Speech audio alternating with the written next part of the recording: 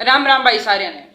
वक्फ amendment bill को भाई joint parliamentary committee में भेज दिया गया है और इसके मेंबर्स भी डिसाइड हो गए और यह कमेटी नेक्स्ट पार्लियामेंट्री सेशन में अपनी रिपोर्ट देगी। इस बिल का नाम है the United Waqf act management empowerment efficiency and development act 1995, जिसे शॉर्ट में उम्मीद कहा जा रहा है। भाई पहले तो जान लो ये वक्फ ओवर के है। गणे दान पुण्य करने वाले जो व्यक्ति है ना, जो धार्मिक आस्था में यकीन करे हैं, वो मुस्लिम कानून द्वारा मान्यता प्राप्त, मतलब किसी पवित्र और नेक काम के लिए अपनी संपत्ति दान कर दे हैं, उस दान को तो मुसरतुल खिदमत कमे है और दान करने वाले व्यक्ति को वाकिफ कहते हैं। इस वाकिफ से भाई वक्फ बना है और इन दान की गई ना प्रॉपर्टी को संभालने का, इनका ब्यौरा रखने का सारा काम है वक्फ बोर्ड का हुआ है।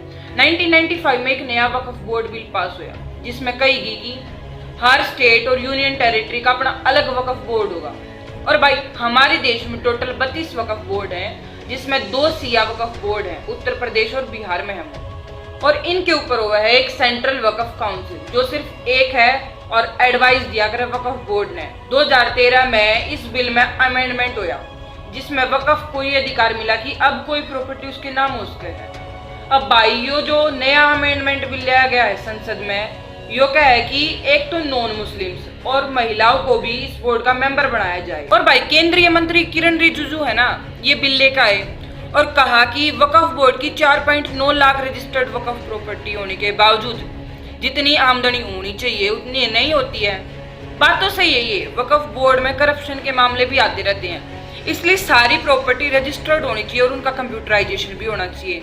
लेकिन भाई मेन बात वही है कि आमदनी उतनी क्यों नहीं है जितनी होनी चाहिए। और रही बात भाई नॉन मुस्लिम्स को इंक्लूड करना नहीं चाहिए वक्फ बोर्ड में, क्योंकि सबको अपने धर्म की ज्यादा नॉलेज होती है और अगर कोई डिसीजन लेना होगा तो उनकी अलग राय मिलेगी, उनकी अलग मिलेगी, क्यों बिना बात के बहस करनी है।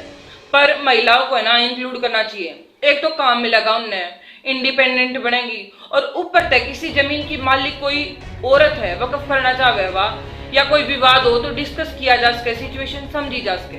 और बाकी भाई मोदी सरकार ने कोई भी बिल लाने से पहले जनता से ना पूछी। मुस्लिम लोग इस बिल से नाराज हैं, वो कोई परिवर्तन नहीं चाहते। बाकी देखो वह उम्मीद बनाई गई है ना, जिन्हें वक्फ बोलने में परेशानी होती है वो क्या डिसीजन लेगी।